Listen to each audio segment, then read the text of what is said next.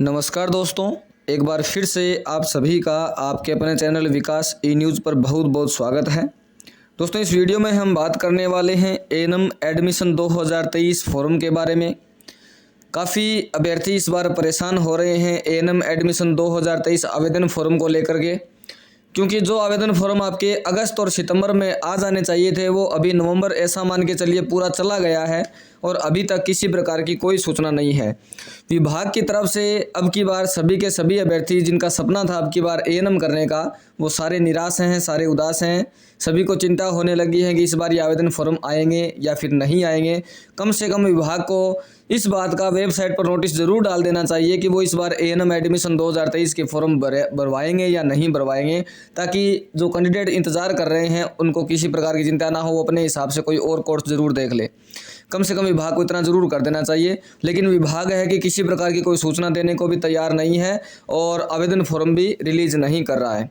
इसी बीच काफ़ी अभ्यर्थियों के ऐसे भी मुझे मैसेज आए बार बार कि सर, यदि हम प्राइवेट कॉलेज से एएनएम कर लेते हैं तो क्या हमें वही बेनिफिट मिलेगा जो गवर्नमेंट कॉलेज से करने पर मिलता है। तो मैं प्राइवेट और गवर्नमेंट दोनों कॉलेजों का आपको राजस्थान में जो प्रोसेस है वो सारा का सारा बता देता हूँ। इस वीडियो में आप मुझे 2 या 3 मिनट के समय तक ध्यान से सुनिएगा, फिर आपको पता चल जाएगा कि यदि आप राजस्थान के कैंडिडेट हैं और एएनएम करने का आपका सपना है तो गवर्नमेंट और प्राइवेट में आपको क्या अंतर देखने को मिलेगा। सबसे पहले चैनल को सब्सक्राइब कर दीजिए, बेल आइकन को प्रेस कर दीजिए और वीडियो को लाइक कर दीजिए। देखिए, राजस्थान में जो गवर्नमेंट कॉलेज एएनएम के फॉर्म होते हैं वो आमतौर पर देखें तो सितंबर के मंथ में शुरू हो जाते हैं और 1 महीने तक ये चलते हैं और ऑफलाइन फॉर्म ये भरे जाते हैं। ऑफलाइन भरने के बाद में 2-3 महीने के समय इसमें लग जाता है, क्योंकि आपके फॉर्म चेक होते हैं, अच्छे से उनकी जांच होती है, छंटनी की जाती है, फिर एक कट ऑफ भी रिलीज़ की जाती है। उसके जिस जिले में जितनी सीटें होती है उसके 5 गुना अभ्यर्थियों को वहाँ पर डॉक्यूमेंट्स लेकर के बुलाया जाता है और फिर जितने सीटें होती हैं उतनी अभ्यर्थियों का वहाँ पर चयन कर लिया जाता है, उनको कॉलेज अलॉट की जाती है और 2 या 4 दिन में क्लासेस स्टार्ट हो जाती है।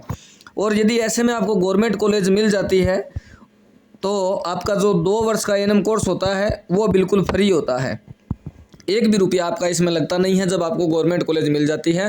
और गवर्नमेंट कॉलेज आपको 12वीं के प्रतिशत के आधार पर मिलती है। लेकिन इस बार दुर्भाग्य से ये जो फॉर्म अभी तक जो है स्टार्ट नहीं हुए हैं। पिछली बार सितंबर में स्टार्ट हो गए थे और उससे पिछली बार यदि देखें तो अक्टूबर में स्टार्ट हो गए थे और उससे भी पिछली बार यदि देखें 2020 का आंकड़ा यदि हम देखें तो वो जुलाई में फॉर्म रिलीज़ हो गए थे। लेकिन अब की बार जो है बच्चों की शायद किस्मत कह सकते हैं या फिर हम ऐसा कह सकते हैं कि विभाग किसी प्रकार का कोई नोटिस नहीं दे रहा या किसी और तैयारी में लगा होगा। जब तक विभाग नोटिस नहीं रिलीज़ कर देता तब तक हमें किसी प्रकार की सूचना देखने को नहीं मिलेगी यहाँ पर। तो 12वीं के प्रतिशत के आधार पर ही आपका इसमें चयन होता था उस टाइम। और आपकी फ्री होने के साथ साथ में 2 साल की जो एएनएम होते हैं उसमें हर महीने 500 रुपये आपको स्कॉलरशिप के रूप में भी सीधे डायरेक्ट आपके अकाउंट में आते थे। ये गवर्नमेंट कॉलेज का सिस्टम था और गवर्नमेंट कॉलेज का सिस्टम अभी भी यही है, क्योंकि जब तक नया नोटिस नहीं आ जाता तब तक यही रहेगा। और प्राइवेट कॉलेज वाला सिस्टम ये है कि राजस्थान में, पहली बात मैं ये क्लियर कर दूं कि राजस्थान में एक भी प्राइवेट कॉलेज नहीं है जो आपको एएनएम करवा दे। वो मैं ऐसा क्यों बोल रहा हूँ, क्योंकि आपकी जो गवर्नमेंट कॉलेज से जो राज्य सरकार है जो एएनएम करवाती है, जिस प्रकार से आपकी 10वीं क्लास का जो बोर्ड होता है वो board of secondary education Rajasthan Ajmer होता है, उसी प्रकार से जो गवर्नमेंट कॉलेज से राज्य सरकार एएनएम करवाती है उनका जो संबंध होता है वो राजस्थान नर्सिंग काउंसिल से होता है। और ये एक प्रकार से आप कह सकते हो कि राजस्थान का नर्सिंग का बोर्ड कह सकते हो। एएनएम के रिगार्डिंग आपका एएनएम के तहत आप इसे बोर्ड कह सकते हो। तो गवर्नमेंट कॉलेज का एएनएम तो ये करवाता है RNC, Rajasthan nursing council Jaipur है। और यदि आप प्राइवेट एएनएम करते हैं तो इस आरएनसी के द्वारा राजस्थान में एक भी प्राइवेट कॉलेज अलॉट नहीं है एएनएम के लिए। और फिर भी आप ऐसा सोचें कि मेरे नज़दीक में तो सर एएनएम कर रहे हैं, बच्चियों ने काफ़ी ज़्यादा बच्चों ने एएनएम की है और मेरे नज़दीक में एक संस्था है जो एएनएम करवा भी रही है। तो वो मैं बता देता हूँ आपको किस प्रकार से करवाते हैं। ये तो हमारा राजस्थान का राजस्थान नर्सिंग काउंसिल है।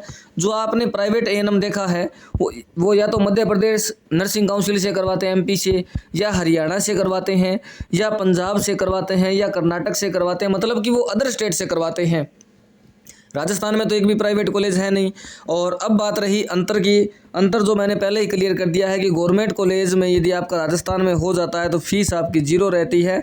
लेकिन वहीं आप यदि प्राइवेट कॉलेज लेते हैं किसी अदर स्टेट की, तो वहाँ पर आपको फ़ीस जो है वो 45 से 60,000 रुपये तक की फ़ीस देखने को मिल सकती है, वो भी 1 साल की।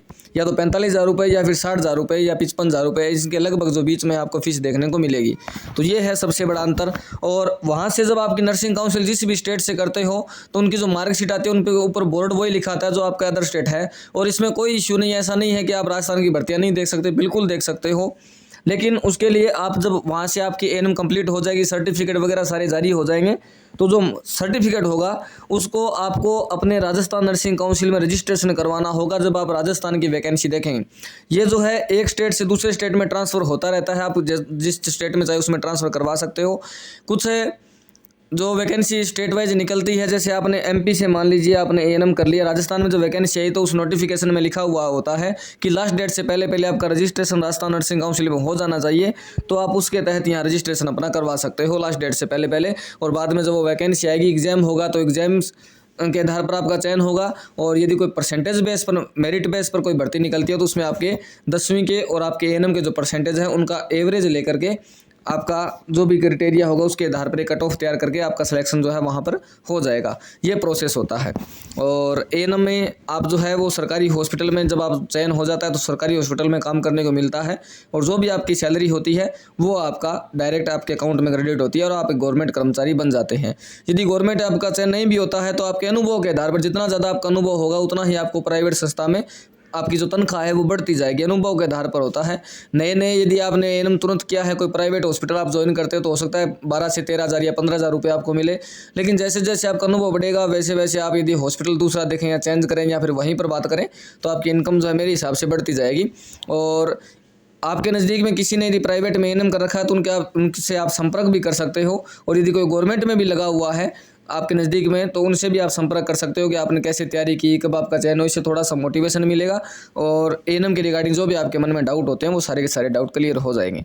वीडियो को शेयर करें, वीडियो को लाइक करें, चैनल को सब्सक्राइब नहीं किया सब्सक्राइब करें। बहुत बहुत धन्यवाद। जय हिंद, जय भारत।